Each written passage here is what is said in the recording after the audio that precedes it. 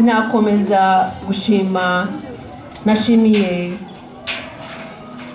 leta yacu kuko tudafite umutekano turimo, tudafite ubwisanzure turimo, ntabwo twashobora kugera ku byo tugeraho.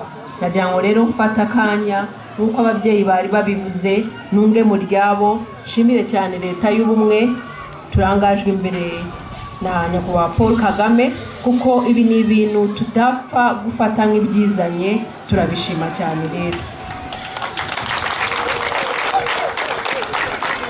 Kuba nyakubahwa perezida wa repubulika akunda abantu, agakunda abana b'u Rwanda, ni ibintu tudafata mu buryo bworoshye, ni ibintu kuri nge nshima cyane, nkashimira cyane Imana, kuko ni kenshi tubona ubuyobozi bubi, usibye no kudakunda b'igihugu, ubuyobozi burimbura igihugu, nk'uko byadugendekeye imyaka 25 ishize igihe twagize jenoside yakorewe abatutsi muri 1994.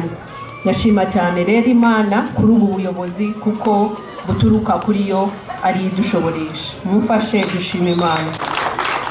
Nk'igihugu twihaye intumbero mu 2050 ko tuzaba turi igihugu cyihagije mu bushobozi, twishoboresheje nk'igihugu. Ntabwo ibyo byakunda abana bacu badakuze uko bikwiye.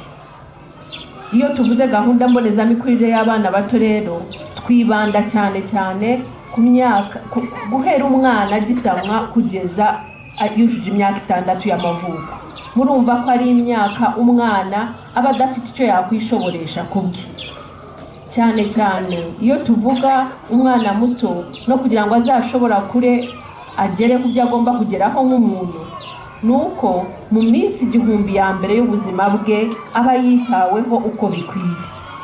Ndashima cyane Rich abafasha myumvire babidusobanuriye uburyo baganira n'ababyeyi batandukanye ibijyanye n'iminsi 1000 ya mbere, ariko nagira ngo mfata akanya nanjye ngira icyo nkobeza kuvuga kuri iyo minsi 1000 ya mbere.